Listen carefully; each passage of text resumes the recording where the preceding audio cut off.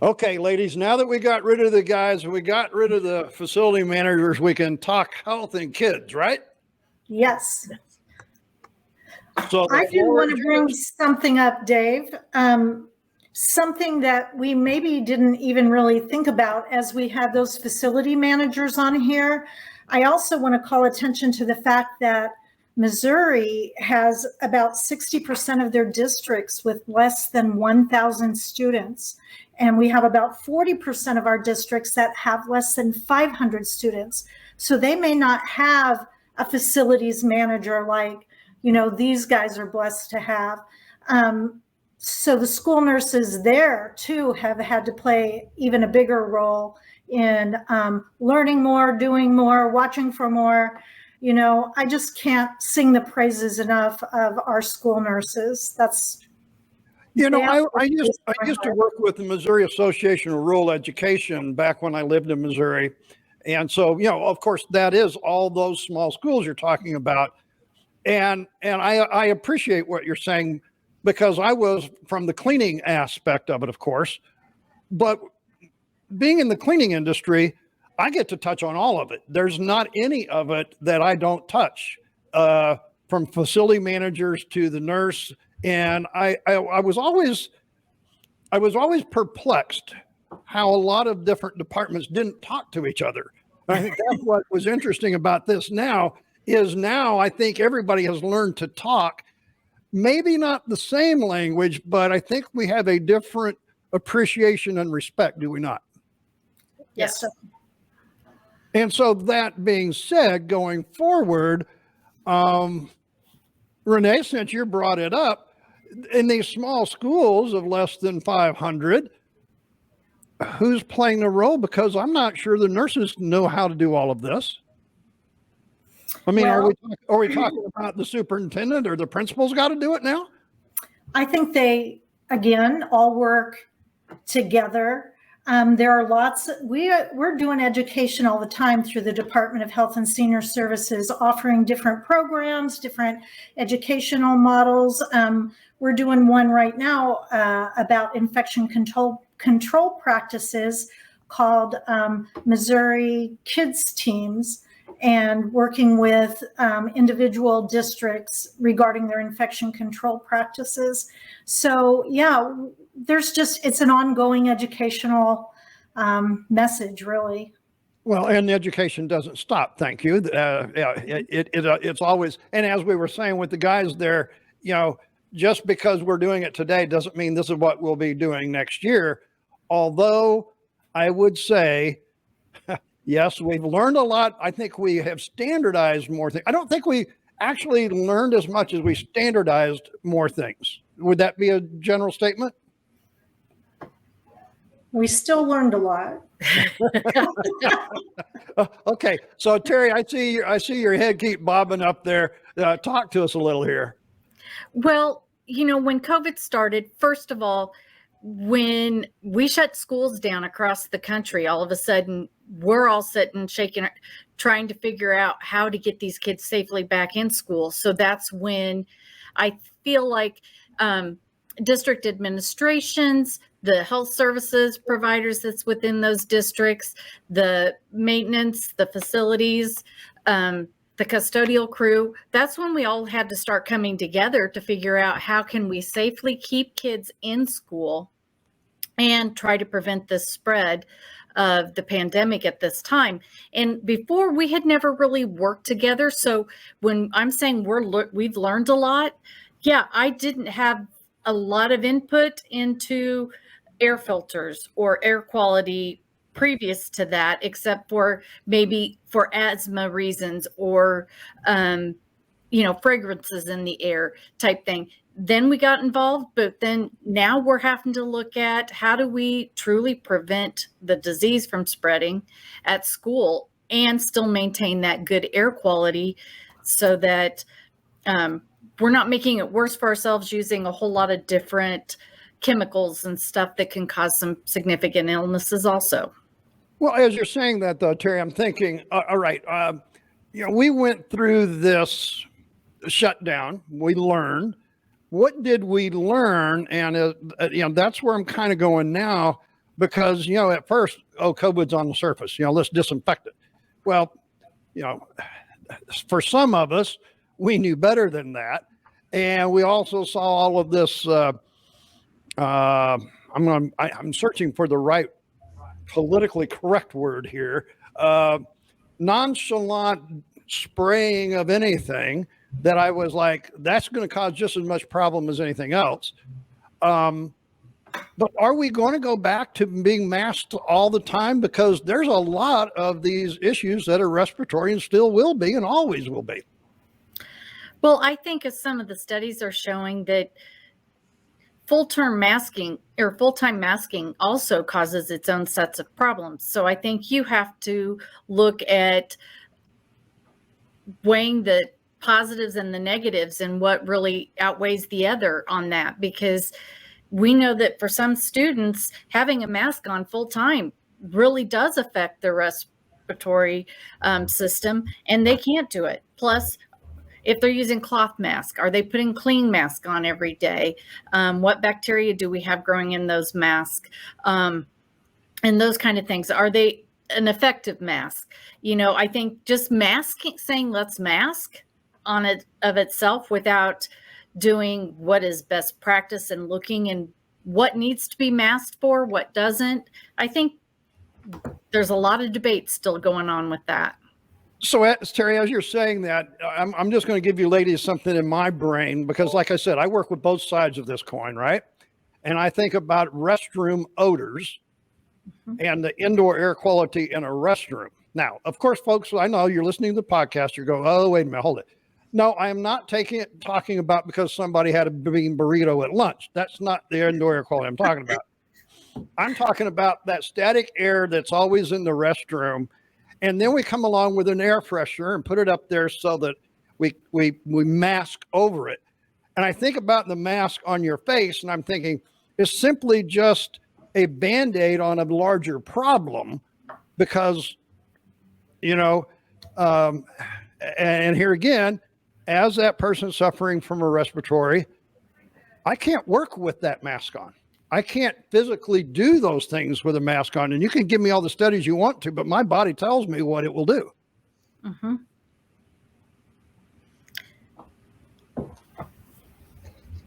Whoa. I got silence on that, folks. That was dead air on a podcast. That's not good.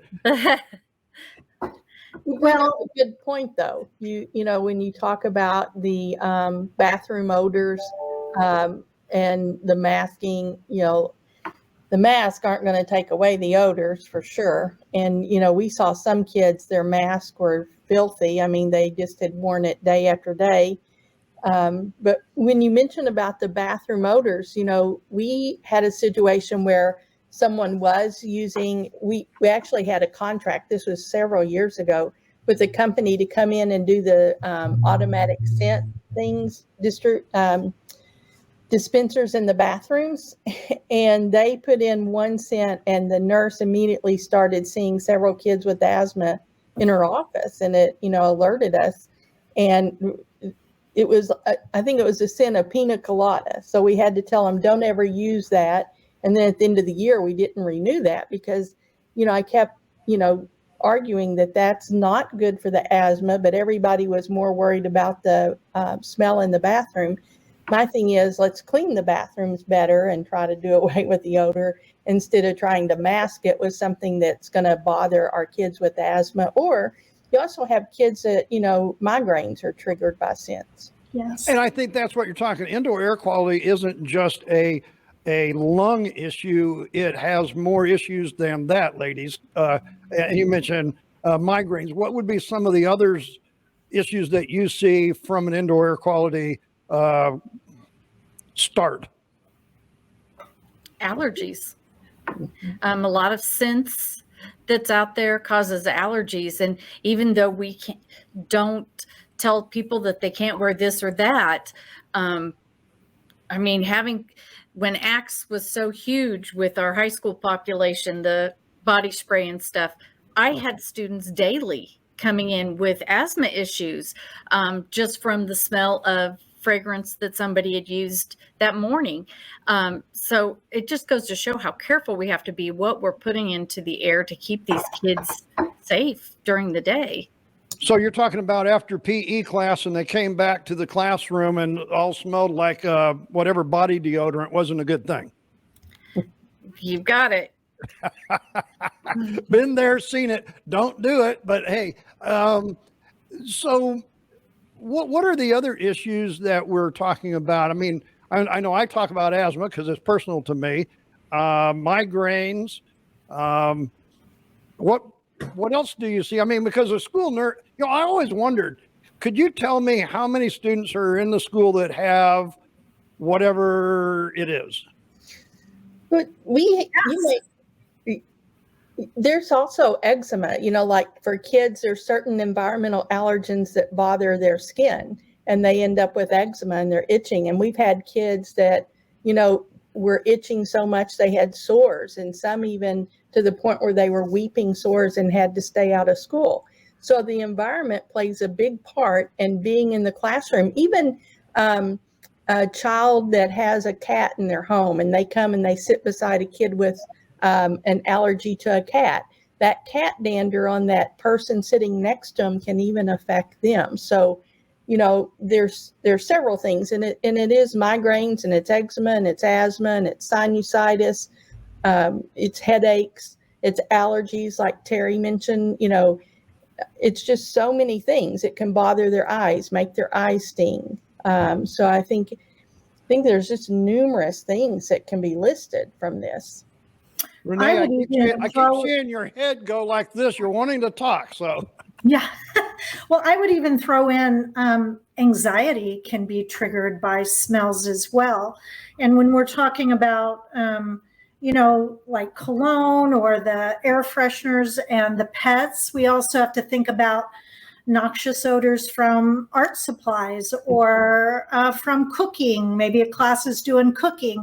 What about the school bus that's idling outside the window of the classroom? I mean, the list goes on and on of things that we can monitor and that we should be looking for that might be a potential trigger or problem for our students. And as I'm hearing you say this, ladies, we can't eliminate all of these things. And I don't think that's what we're trying to say here in the podcast. No. I hear you say we need to be aware of it. We need to do what we can. These always have been an issue. We're becoming more sensitive to them. Is there a reason why we're more sensitive? I mean, physically. I mean, I know for me, I'm 65. My body is more sensitive to things, but you're talking young children along with adults. Is it that we've just got more medical issues? Do you see more medications that these students are on? I think we've just learned a lot through COVID about indoor air quality. I mean, I think it's really brought it more to the surface. I don't think that we have more students with those. Do you girls? Do you think we have more students? I don't know. I think we're better at recognizing them. I think even over the last decade, because when Missouri made it that every school had to have what was an allergy or an allergy response plan policy or plan. One of the big things that came up then was no air fresheners unless it's been approved by the district, no plug-in fragrances, no candles, that kind of thing. So I think that we've been realizing that as we see asthma, Deb, you're better at the asthma side of it than I am, but we are seeing an increase in asthma right now with our kiddos. We see those numbers going up every year. Now, is it because of air quality all over, throughout the world? Is it, we don't know why exactly. We don't have that trigger point at this point, but I do feel like we've been working on air quality for quite some time. But I think that the work that we did through the pandemic has made it even more important. It has shown a larger group of people how important that it is. So I think that's why you're hearing more about it. So Deb, she mentioned, the numbers. I used to state back probably 15 years ago with the mayor that it was 1 in 10 adults, 1 in 13 children with asthma. Is that still a good number? Yes, that is. It's about 10% nationally of children have asthma, 10 to 13. So you're right on that. And the food allergies in the past several years have, I think, tripled. And I don't know if that's more identification is part of it. We have more science to identify the food allergies, more knowledge about what the symptoms are of food allergies. But food allergies, asthma, I do think we, over the past 30 years, we're seeing more and more. And I don't know, is it the chemicals that, are used with, our food and different things? Has it changed their bodies? Or again, is it just where our science is better? I live in a rural area, a farming area, and I've often worried about the chemicals that are used in farming. They spray defoliant on the cotton, and we usually, have a lot of trouble with kids coming in with headaches during that time, sinus trouble, asthma is really bad during that time. This year, they didn't spray as much defoliant. They did other methods, but still, even when they're burning off the wheat crops, that we've just gone through that part, and the amount of particles in the air when they're burning off those crops is very high. And they're finding, Dr. Kramer with Southeast, he's with environmental science there, they are finding a lot of studies that show how many chemicals are in that air when they burn off the crops. So I think there's a lot of factors involved. I live in the highest tobacco use area per population. And so I think those are all factors that we deal with. And then, like Terri mentioned about the policy that came out about the scented products. Oh gosh, what a challenge. I became labeled as the scented police because I walk in the classroom and it smells like vanilla. And I'm like, why does it smell like vanilla? And then the teacher starts trying to hide the plug-in. Or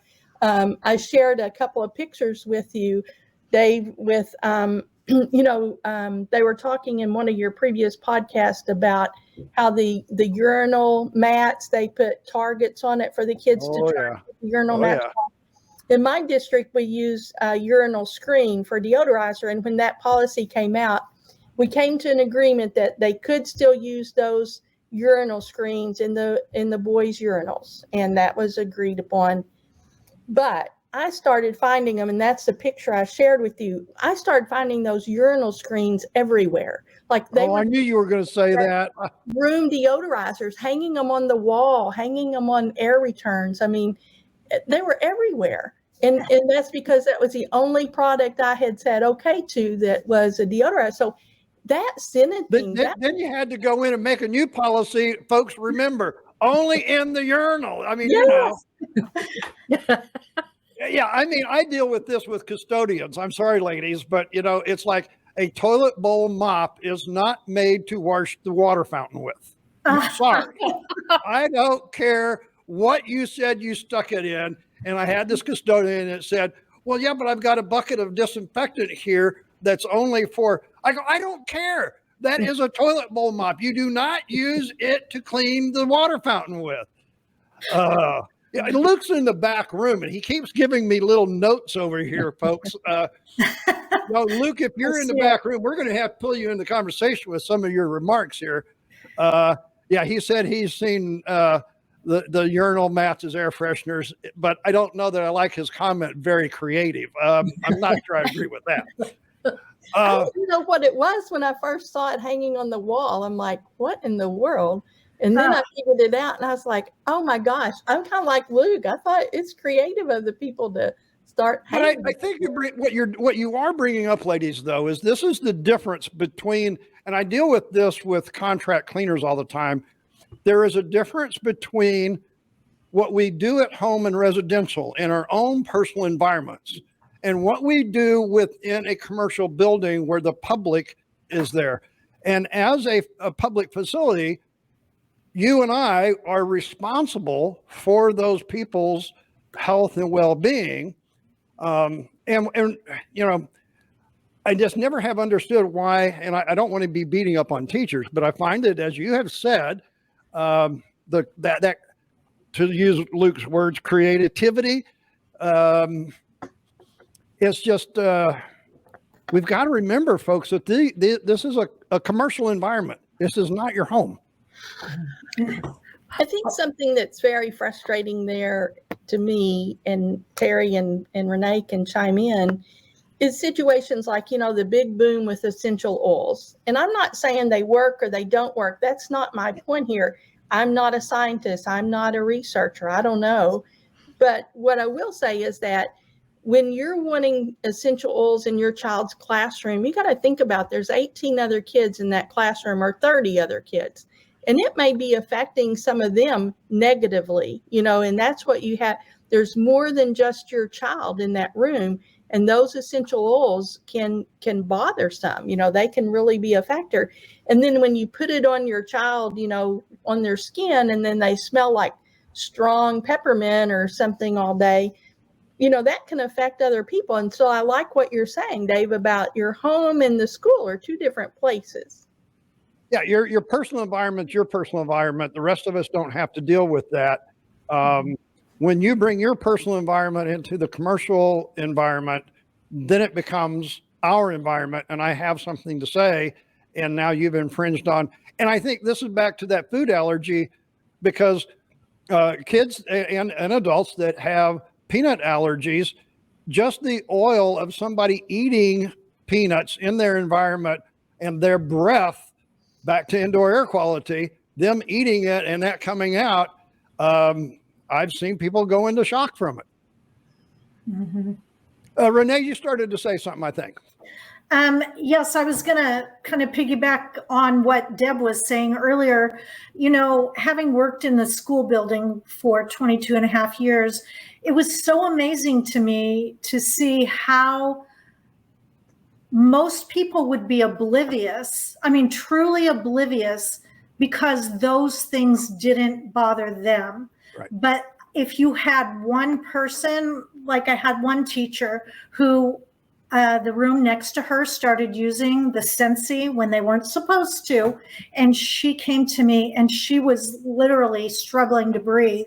And, they just don't know. They don't see it. They don't understand it because it's not really affected them. But we know as nurses, because we have seen it, we have witnessed it, and the struggles that people have when they are allergic or sensitive to those things. And Renee, to what you're saying, people cannot see what's happening to my lungs. No. They can't see what's happening to my heart. Right. These are the two issues I have. I'm just talking about me personally, so I'm not trying to impose on anybody else, but that's the issue you're saying here, is we have to be aware. And I think by the conversations the guys and you've had, I'm glad we got the wake-up call for the last 2 years. My only concern, lady, is I'm not so sure that the lessons learned are going to be long-lasting. Or am I wrong? Well, I'm happy to say that I think that in the school setting, that we don't usually go backwards with those policies. Okay, all right. That's why we're talking here. That's why we're having an open discussion. And so, I mean, yes, we're not all masked like we used to be, a year ago or two, however long ago it was. I can't believe that I can't even think whether it was was it 6 months ago? Time's flying by. But I do feel like in the school setting, especially our facility managers really, really take their job seriously.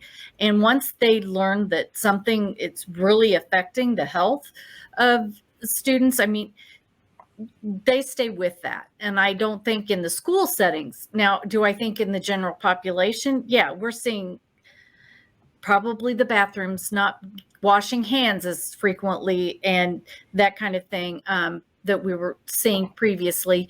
But I do think there's still that awareness out there, at least in the healthcare personnel and in your facilities management, that we are seeing that continue on.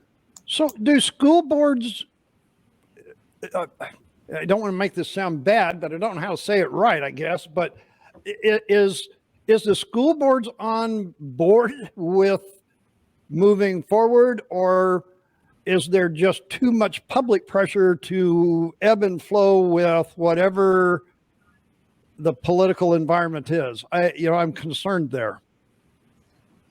And maybe this is the wrong place for me to ask that question. But I mean, when it comes to indoor air quality and these policies that we're talking about, I agree with you. We have learned, we do have, and as Luke said, we have the checklist, we have the standards. Kyle says we have the stuff. Saloom is saying, we've got challenges ahead of us. The supply chain is going to be rough. But I'm thinking ultimately, like you said, though, Terri, somebody had to approve that you could use that air freshener in the urinal, but the school board somewhere along the line has got to be the ones drawing that line. In my district, I have found the school board and the administration to be very supportive.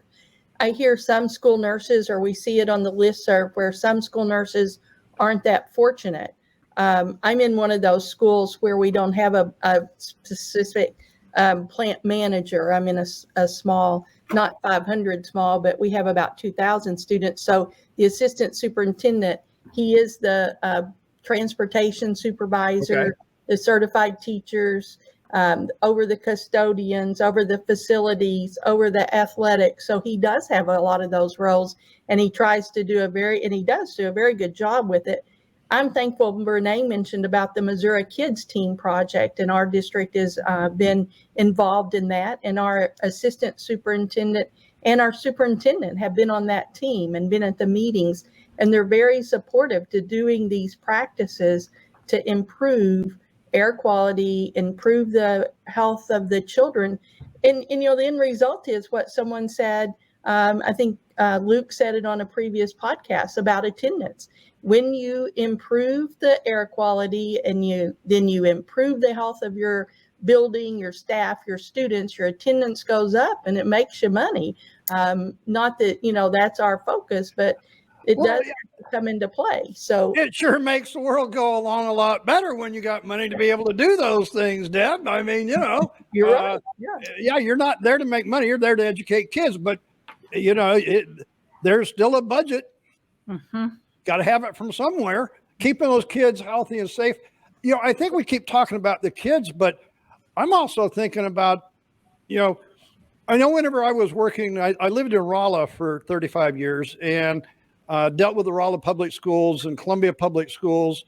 And one of the things that we recognized was 1/3 of the community goes through a public school every single day that it's open. You're talking about the community at large, not just the kids. And I think this is one of the things I always said is, folks, wake up. 1/3 of the community. There isn't another single entity that I know of, ladies, that has that much impact.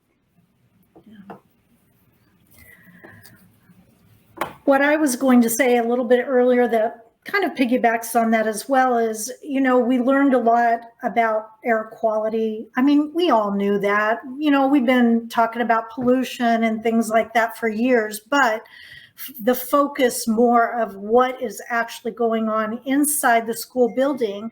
And so there have been grants available for schools, ESSER funds, and I think there may still continue to be more grants that come out from the government regarding getting HEPA filters and filtration and HVAC and things like that upgraded in school buildings. And I think that's wonderful. Well, and I think that's what I was going with the school board question, is that I think that some people may believe that there is a pushback. I don't believe that's true anymore. I think there used to be a lot more misunderstanding, a lot more, I've got my thing to worry about, you worry about yours, and we'll try to get together maybe sometime. But I think that what has happened over the last 2.5 years is it's been a more cohesive approach to it, which I truly, truly hope continues. Yes. We do too. It has made, I feel like it's made our jobs somewhat easier because we've got a team approach, but then it adds a lot too. But things can get done a lot quicker when we work together instead of separate little areas. And we are finding that pretty quickly over the last 2 years that we had to work together as a team. Well, Terri, I think what you were about ready to say is it's made it easier, but then again, we've got more things to do. But I think knowledge has created that awareness. Those issues, as Renee said earlier, were always there. Mm-hmm. We just now have a focus on them, and now I can't go hide under a rock and say I don't know. Right. But like I had never, heard Luke Guard speak, and now I hear him. I go to he's at our conferences. He's at the school nurse conference. So I think we're learning so much more. We were forced into it, sadly, but now we are learning so much. I like to listen to Luke. I like to listen to John Kramer from Cape. We're hearing about how to make our buildings healthier, and it's an important thing to school nurses. So I agree, Terri, like it has made some things a lot easier and better, and it has created, some additional work for us, but it's helping us in our end result. So that makes it all okay, that we're all working together. And ultimately, Deb, that's what we're here for, is we're here to make a safe environment, for everyone that is involved, no matter who they are. And going back to the school board issue, I think that it's hard for any school board to argue when they're listening to the so-called experts that are coming to them with information saying this is really hurting our air quality and causing problems with breathing for our staff and our students and our people that walk in our building, whether it's a parent or a young visitor or a grandparent. It makes it a little harder to argue against going with some of those better policies. Mm-hmm. It was very difficult at the beginning of COVID when they came out with all those products that, you could set in the bus and it sprays the whole bus at night and it disinfects it and all this stuff, or you put it in the weight room and everything's disinfected. But when I could take the articles and the information like from Luke and stuff and show my superintendent, and he could share with the board, this is not a practice we should do. I mean, one person actually bought a bunch of those sprayers. I forget how much money, and ended up being told to send it back to the company. But, it's because people came out with the best practices for us. And I think what you're talking about, we did see, and especially from my side in the cleaning industry, we saw a tremendous amount of everybody throwing everything at the wall so that they could grab a share of the pie of the money that was being thrown around. Unfortunately, some of that was really, really bad and was only there to take your money. There was some good things that had come out of that. But, I go back to this, ladies, and I know this isn't quite your expertise, but I think you'll understand what I'm saying here, is that there's some general practices that have always rang true and still do. And I apply those in the cleaning industry back to what Luke and Saloon were talking about the charging, is that, and you might have missed a little subtle word that was used in there, but I want to bring this up as a final note here. Whenever we use cleaning chemicals, which I know that some of these chemicals are on this list that the kids get to fill out before they come back to school, bring these things with them. And I'm not going to mention by name these pop-up wipe things. Yes. But I'm very big on what is on the label. And what does the label tell me that I should know? And when you think about this, when we wash our dishes at home, or anywhere for that matter, we scrape off the gross debris. We pre-clean it in some form. I don't care whether it's with soap or water or whether it's with the fork just pushing the dirt, the lasagna off the plate. Then we put it into some kind of water with a chemical to wash it, to agitate, to scrub. And when it comes to disinfection, there's another step, but you cannot disinfect the lasagna that's still on the plate. I don't care what method you use. You can't just spray it in the air. You have to pre-clean this material off of that surface. And this was the big thing during all of the COVID thing that people weren't doing. But yet we got the indoor air quality bad issue because we were just willy-nilly spraying things around. But ladies, I think there was a lot of people that understood that. But the one last step that I still think that we universally have not understood is the step of rinse. You would not take your plate out of that soapy water and put it back on the shelf. Yeah. You do not take your clothes out of the laundry machine until they've rinsed. You don't run your car through the car wash and leave the soap on the car. Folks, we have to rinse these chemicals off. No matter how we apply them, we still have to rinse these chemicals off to provide that safe surface. And I know this is talking now about a surf instead of indoor air, but it goes back to what the gentlemen were talking. We have to be more aware of all of this stuff as we go through it. And I think this is what you're saying. You're now hearing these conversations, which I'm sure you've never heard before. And I don't know about Deb or Renee, but I've read more MSDS sheets in the last 2 years than I have read in my entire life. Uh-oh, I think Luke had to come in from the back room. He's sitting there smiling. He just couldn't stand it anymore. So, ladies, if you don't mind, before I let you go, Luke's back again. I've just been enjoying this immensely. So we tried to help take some of that legwork out of the nurses. One of the hats that they were wearing is we tried to assume that role. So I know Deb would constantly reach out asking for product information, making sure it was safe for her students and for her staff and things like that. And that's what we're here to do. I think what is so important is that these guys are on the front line, and they do, when you think of people in the school that really do have a powerful voice and a voice that usually the community listens to, it's the school nurse. And so if they have good information and if they're implementing good practices, that just resonates through the whole school and through the whole community. Well, I've used the school nurse more than one time in many of my presentations with different school districts. And I would be amiss if I didn't mention, I won't mention by name or the place, but I went in and I changed a whole district's approach and was told by another distribution outlet that the school nurse would see that the attendance rate would drop because we weren't using a certain item, a certain product. And so I said, okay. So I got all the numbers, went to the school nurse, told them what we were doing and everything. And over 5 years, we actually improved the attendance rate and didn't use the product. So I think what I've always said, ladies and Luke, is that, we can be product focused or we can be people focused. It comes back to people.